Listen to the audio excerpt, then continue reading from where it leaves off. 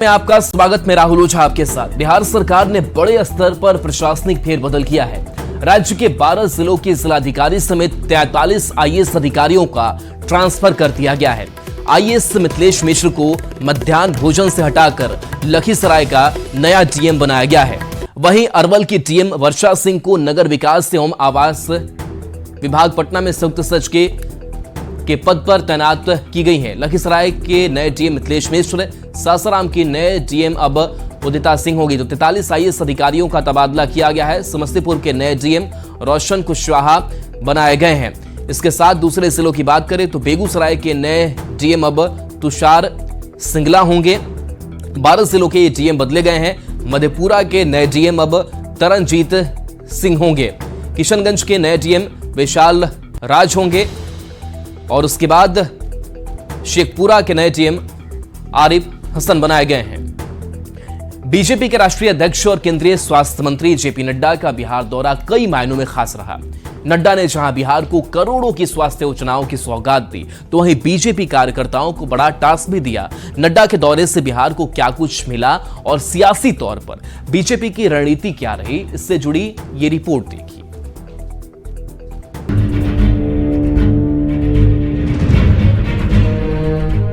केंद्रीय स्वास्थ्य मंत्री और बीजेपी के राष्ट्रीय अध्यक्ष जेपी नड्डा अपने बिहार दौरे में एक के बाद एक कई स्वास्थ्य योजनाओं की सौगात दे रहे हैं। पटना, दरभंगा, गया, भागलपुर और मुजफ्फरपुर में अरबों की लागत से बने मेडिकल अस्पताल और स्वास्थ्य योजनाओं की उन्होंने सौगात दी, तो बिहार के स्वास्थ्य मंत्री गदगद नजर आए। लगभग 1800 करोड़ रुपए की योजनाओं के उद्घाटन और शिलान्यास हुए हैं। मतलब नए अस्पताल भवन बने हैं, उपकरण लगे हैं और उन संस्थानों में आम और गरीब आदमी को सहज सुलभ तरीके से बेहतर स्वास्थ्य सेवाएं मिलेंगी। बिहार दौरे में अपने विभाग की ओर से सौगात देने के साथ ही नड्डा चुनावी रणनीति पर मंथन करते भी दिखे। पटना में जेपी नड्डा ने बीजेपी दफ्तर में नेताओं और कार्यकर्ताओं के साथ बैठक की। बीजेपी सदस्यता अभियान समिति के लोगों से फीडबैक लिया और 1.5 करोड़ सदस्य हासिल करने का निर्देश भी कार्यकर्ताओं को दिया।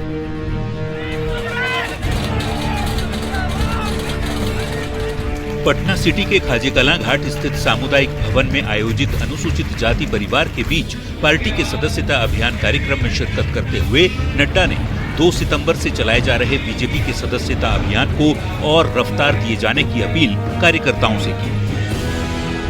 दलित की पार्टी है, किसान की पार्टी है, युवाओं की पार्टी है, महिला सशक्तिकरण की पार्टी है, महिलाओं को ताकत देने वाली पार्टी है।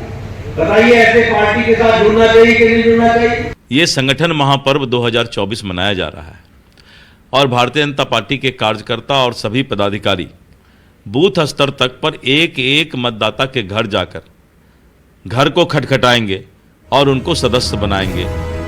बीजेपी के राष्ट्रीय अध्यक्ष जेपी नड्डा अपने बिहार दौरे में बेहद सक्रिय नजर आए। विकास योजनाओं की सौगात के साथ ही पार्टी संगठन पर जोर दिया। यही नहीं, इस दौरान नड्डा दलितों के साथ बैठकर चाय की चुस्की लेते भी नजर आए। बिहार में अगले साल विधानसभा का चुनाव है। ऐसे में नड्डा अपनी रणनीति से विरोधियों को साधने में कोई कोर कसर छोड़ना नहीं चाहते। Bureau report, news 18। बिहार में दूसरे एम्स को लेकर सांसद संजय झा ने कहा कि एक बहुत बड़ा अचीवमेंट है। दूसरा एम्स दरभंगा में बनने जा रहा है। केंद्रीय स्वास्थ्य मंत्री जेपी नड्डा ने दरभंगा एम्स के जगह का निरीक्षण किया है। जल्द ही काम शुरू होगा। बहुत बड़ा अचीवमेंट है बिहार के लिए जो दरभंगा में एम्स बनने जा रहा है। ये बिहार का दूसरा एम्स है और माननीय प्रधानमंत्री जी को धन्यवाद। मुख्यमंत्री जी ने तय किया, नीतीश कुमार जी ने, कि दरभंगा में एम्स बने। आज केंद्रीय मंत्री जेपी नड्डा जी गए थे और जगह का भी इंस्पेक्शन किया जहां बनना है और कंसेंट भी हो गया है और जल्द ही उस पर काम शुरू हो जाएगा। मेरे ख्याल से उत्तर बिहार, नेपाल के लिए एक बहुत बड़ा अचीवमेंट दरभंगा एम्स बनने से होगा। सीएम नीतीश कुमार पर रोहिणी आचार्य के पोस्ट पर सांसद संजय झा ने कहा कि एनडीए बिहार में मजबूती के साथ है और 2025 का चुनाव साथ लड़ेगी।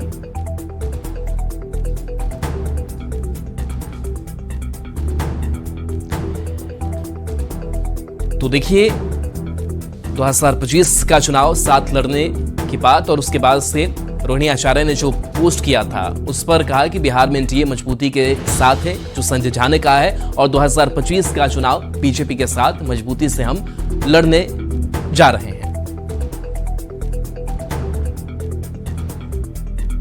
जो है 2005 से बिहार में जो परिवर्तन हुआ उसमें जेडीयू और बीजेपी ने साथ काम किया और मुख्यमंत्री जी ने टाइम एंड अगेन इस बात को स्पष्ट किया है हर एक प्लेटफॉर्म से।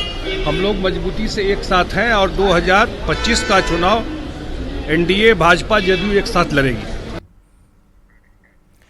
दरभंगा में सुपर स्पेशलिटी हॉस्पिटल के उद्घाटन समारोह में बिहार सरकार के समाज कल्याण मंत्री मदन सहनी ने केंद्रीय स्वास्थ्य मंत्री जेपी नड्डा के सामने ही बिहार की स्वास्थ्य व्यवस्था की पोल खोल दी है। मदन सहनी ने साफ कहा कि दरभंगा में स्वास्थ्य सेवाओं की हालत ठीक नहीं है। बिहार के स्वास्थ्य मंत्री और स्वास्थ्य विभाग के अधिकारियों से कहना चाहते हैं कि रोगी का इलाज भी सही ढंग से हो, इस पर बात करने की जरूरत है। पटना से बहुत सारी सुविधा उपलब्ध कराते हैं, लेकिन यहाँ वह सुविधा उपलब्ध नहीं हो पाती है। दरभंगा के लोग को सहयोग करने में हम काम नहीं आएंगे, तब उस समय हम लोगों को कठिनाई होगी। का तो अस्तित्व बचा लिया, लेकिन रोगी का भी इलाज सही ढंग से हो, इसके लिए हम लोग को जरूर बात करने की आवश्यकता है। आप दिन रात मेहनत करते हैं, उसके बावजूद भी हम माननीय मंत्री जी से कहना चाहेंगे, बहुत सारे सुविधा जो आप पटना से उपलब्ध कराते हैं, यहाँ लोगों को वह उपलब्ध नहीं हो पाता है। इसके लिए भी बिहार सरकार के मंत्री होने के नाते हम लोग को बोलना नहीं चाहिए, लेकिन आगे हम लोग को ही दरभंगा जिला में रहना है। दरभंगा जिला के लोगों का सहयोग करने में हम लोग अगर काम समय पर नहीं आते हैं तो उस समय हम लोग को कठिनाई होता है। बहुत सारे ऐसे सामान आप यहाँ उपलब्ध कराते हैं, वह सामान रोगी को नहीं मिलता है, इसलिए इसका भी कोई नीति बनना चाहिए।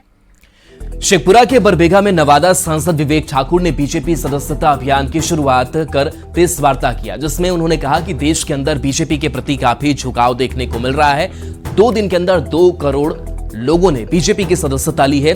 बीजेपी सांसद ने कांग्रेस पर हमला करते हुए कहा कि लोकसभा चुनाव में संविधान बदलने की अफवाह फैलाई गई, लेकिन संविधान बदलने का इतिहास कांग्रेस का रहा है। सांसद ने कहा कि प्रधानमंत्री नरेंद्र मोदी का लोगों के बीच आकर्षण बढ़ा है। दुष्प्रचार का चरम जो किया इन्होंने गत लोकसभा में कि संविधान बदल दिया जाए, अब लोग को एहसास हो रहा है कि हम गफलत में फंसे।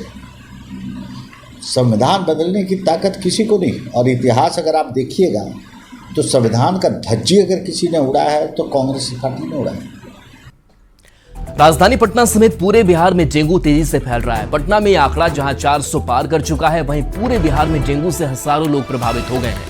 पटना में एक महिला की मौत के बाद डेंगू से मरने वालों की संख्या 4 हो गई है। नगर निगम अपने स्तर पर फॉगिंग तो कर रहा है, लेकिन ये नाकाफी साबित हो रहा है। मामले पर ज्यादा जानकारी दे रहे हैं न्यूज 18 संवाददाता संजय कुमार।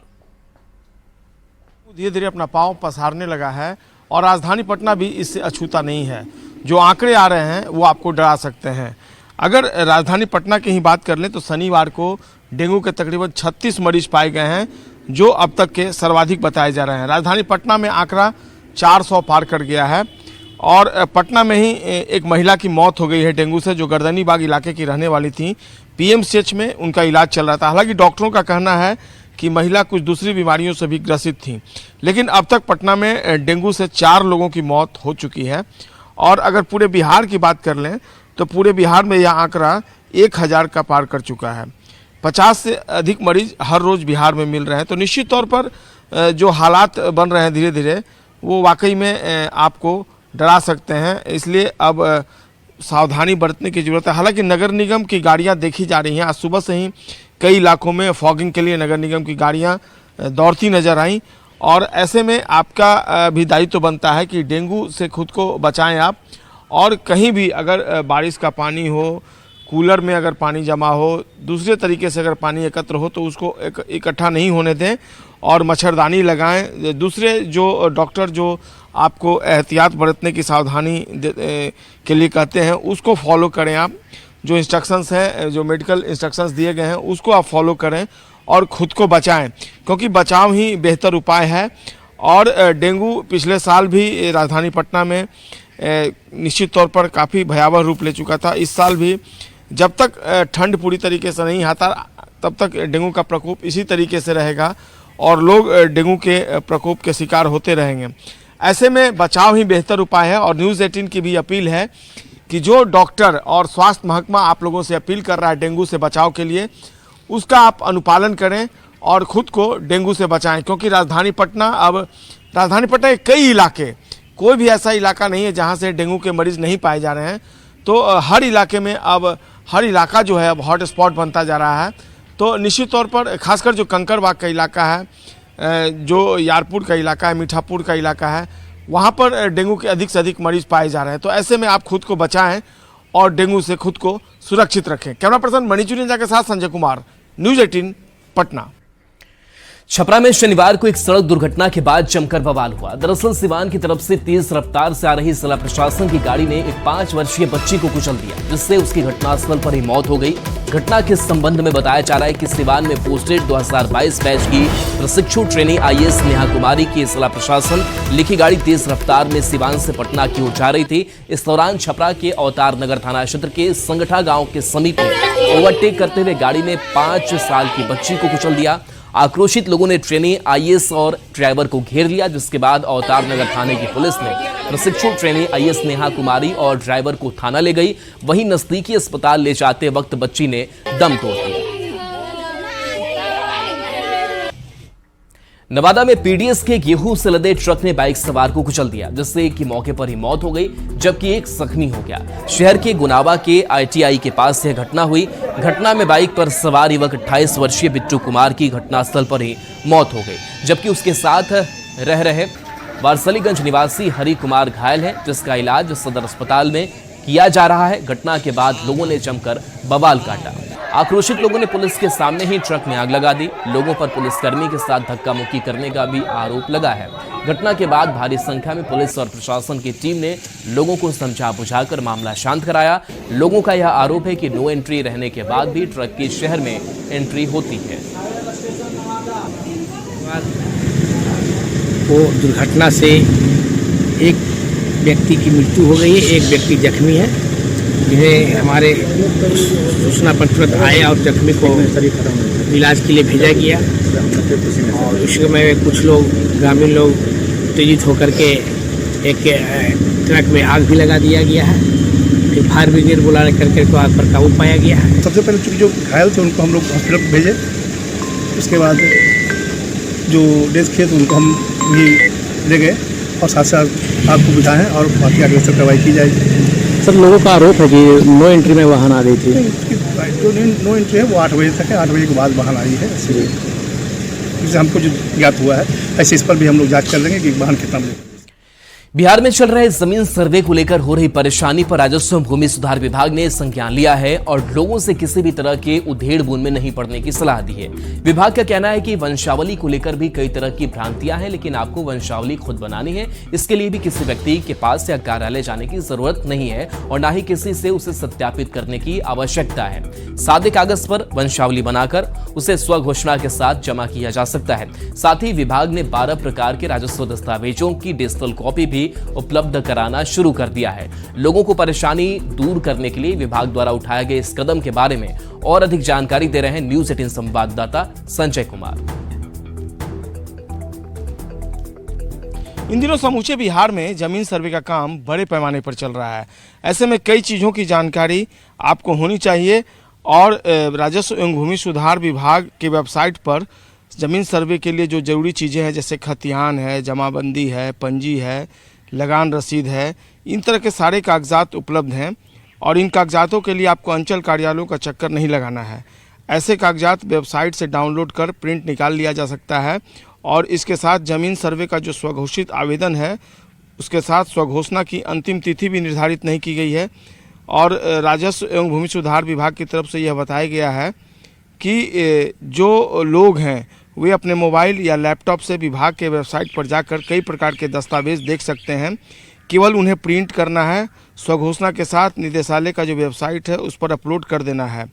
राजस्व एवं भूमि सुधार विभाग की तरफ से यह बताया गया है कि अगर आपके पास कागजात कम हैं या आधे अधूरे हैं तो भी आप स्वघोषणा कर दीजिए। राजस्व दस्तावेजों को डिजिटल कराकर ऑनलाइन कर दिया गया है विभाग द्वारा। इसमें करीब 35,000 गाँवों का खतिहान भी शामिल है। इसकी मदद से जो रैयत हैं उनको अपने पूर्वजों की ज़मीन के बारे में जानकारी मिल सकती है। ये सभी मुफ्त में डाउनलोड कराया जा सकता है, ऑनलाइन उपलब्ध है। ये भूमि सर्वे के लिए लगान रसीद भी ऑनलाइन या अद्यतन आवश्यक नहीं है। पूर्व की जो ऑफलाइन रसीद है वो भी पूरी तरीके से मान होगा। विभाग की तरफ से यह बताया गया है कि वंशावली को लेकर लोगों में कई तरह की भ्रांतियां हैं और इन भ्रांतियों को दूर कर लेना चाहिए। वंशावली आपको खुद से बनाना है। इसके लिए किसी भी व्यक्ति के पास या कार्यालय में जाने की ज़रूरत नहीं है, न ही किसी से उसे सत्यापित करने की ज़रूरत है। सादे कागज़ पर आप वंशावली बना लीजिए और उसे स्वघोषणा के साथ संलग्न कर दीजिए। यह पूरी तरीके से मान्य होगा। विभाग द्वारा यह बताया गया है कि 12 प्रकार के राजस्व दस्तावेजों की डिजिटली हस्ताक्षरित प्रति भी मामूली शुल्क भुगतान कर ऑनलाइन प्राप्त किया जा सकता है। इनमें कैडस्ट्रल खतिहान, रिविजनल खतिहान, जमाबंदी पंजी प्रति, दाखिल खारिज वाद अभिलेख, राजस्व मानचित्र, दाखिल खारिज पंजी, बंदोबस्ती अभिलेख, चकबंदी अभिलेख, भू अर्जन अभिलेख, सीलिंग पंजी, लगान निर्धारण अभिलेख और मापी वाद अभिलेख शामिल है। इसके लिए विभाग के वेबसाइट biharbhumi.bihar.government.in पर भू अभिलेख पोर्टल को क्लिक कर देना है और ऐसे में आप सभी जो दस्तावेज है उसको ऑनलाइन प्राप्त कर सकते हैं। तो निश्चित तौर पर आपको बहुत ज़्यादा परेशान होने की ज़रूरत नहीं है, बहुत ज़्यादा भ्रम में उधेड़ बूंद में भी पड़ने की ज़रूरत नहीं है। विभाग आपको हर संभव मदद करने को तैयार है और ऐसे में आप विभाग की मदद ले सकते हैं। आप पोर्टल पर जाइए और जो एड्रेस बताया गया है उसको क्लिक करके आप सारी चीज़ें आप अपलोड कर सकते हैं और फिर उसको आप जमा भी कर सकते हैं। कैमरा पर्सन मणिजू नेजा के साथ संजय कुमार, न्यूज़ 18 पटना। शेखपुरा के ग्रामीण क्षेत्र की लड़कियों को समाज की मुख्य धारा से जोड़ने के लिए दीदी के पुस्तकालय की शुरुआत की गई, जिसकी मॉनिटरिंग जीविका दीदी को करनी है। जिले में 5 दीदी पुस्तकालय का संचालन हो रहा है, लेकिन मॉनिटरिंग सिस्टम ठीक नहीं रहने के कारण दीदी का पुस्तकालय बंदी के कगार पर है। खबर पर ज्यादा जानकारी दे रहे हैं न्यूज़ 18 संवाददाता अजीत कुमार सिन्हा। मुख्यमंत्री नीतीश कुमार ने ग्रामीण क्षेत्रों में भी दीदी का पुस्तकालय की शुरुआत की थी। शेखपुरा जिले का यह महसार गांव है, जहां आप देख लीजिए कि फरवरी 2023 में 7 फरवरी 2023 को माननीय मुख्यमंत्री नीतीश कुमार इस गांव में आए थे और दीदी का पुस्तकालय का विधिवत उद्घाटन किया गया था। काफ़ी व्यवस्था की गई थी इस विद्यालय में, सभी तरह का जो प्रतियोगिता से संबंधित किताबें हैं वो रखा गया था। किताबें बहुत सारी जो ज्ञान की किताबें थी वो, ताकि गांव की लड़कियां को शैक्षणिक वातावरण सुलभ तरीके से मिल पाए, इसके लिए बनाया गया। लेकिन दुर्भाग्य की स्थिति यह है कि अब यह पुस्तकालय बिल्कुल दीदी का पुस्तकालय बंद है और कहीं पे 1-2 जगह पे कम्युनिटी चला रही है और कम्युनिटी भी चला रही है, बट वो थोड़ा सा साधन में कमी हो जाता है, क्योंकि कम्युनिटी में कभी कभी बंद भी है, टाइम नहीं मिल पाया, कोई बंदा जिस पे काम उसको खोलने का समय मिलता है उसको नहीं खोल पाया।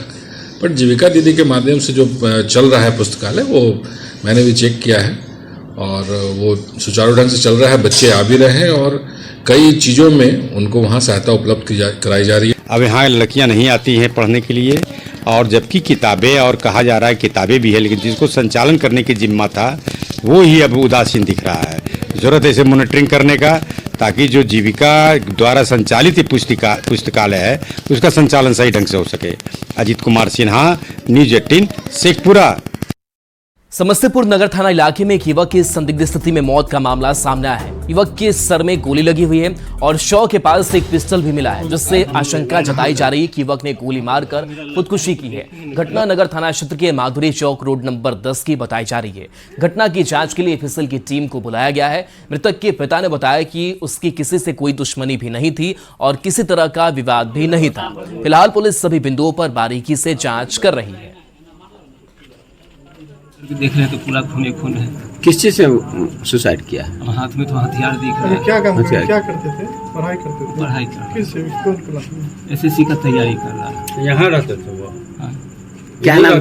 हाँ, यही क्या नाम था लड़का का? अमन श्रीवास्तव का। स्वयं का गोली मार के आत्महत्या कर लिया है। इस सूचना पर आए हैं, सत्यापन और अग्रिम कार्रवाई की जा रही है। एफएसएल को सूचित किया गया है और आने पर पता चलेगा कि हत्या का क्या कारण है। खबर गोड्डा से है, जहां हंदवाड़ा थाना क्षेत्र के संग्रामपुर उत्क्रमित उच्च विद्यालय से शर्मसार करने वाला मामला सामने आया है। छात्राओं ने शिक्षक अनवारुल अंसारी पर पढ़ाई के बहाने से अश्लील वीडियो दिखाने का आरोप लगाया, जिसके बाद ग्रामीणों ने जमकर हंगामा किया और स्कूल प्रबंधन से कार्रवाई की मांग की है।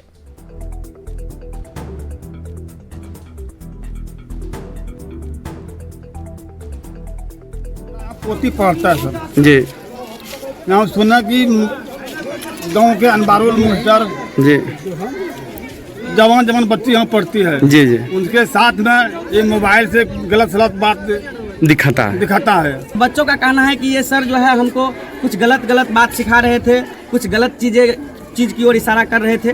तो सभी ने जो है इस पर निर्णय ये लिया कि ये दोषी हैं। इनका कई बार जो है सो इस तरह का मामला आ चुका है, तो निश्चित तौर पर इसको जो है विभाग को लेकर के दिया जाए। बाढ़ अनुमंडल के बेलछी प्रखंड को जल्दी अपना नया भवन मिलने जा रहा है। बेलछी प्रखंड अंचल कार्यालय का 9 सितंबर को मुख्यमंत्री नीतीश कुमार उद्घाटन कर सकते हैं। लगभग 20.45 करोड़ की राशि से बने इस प्रखंड अंचल भवन का निरीक्षण डीडीसी तनय सुल्तानिया ने किया। मुख्यमंत्री का संभावित कार्यक्रम बख्तियारपुर मोकामा 4 लेन रेलवे ओवरब्रिज करनौती आगमन और निरीक्षण सीएम के द्वारा किया जाएगा। बख्तियारपुर ताजपुर पुल का निरीक्षण किया जाना है।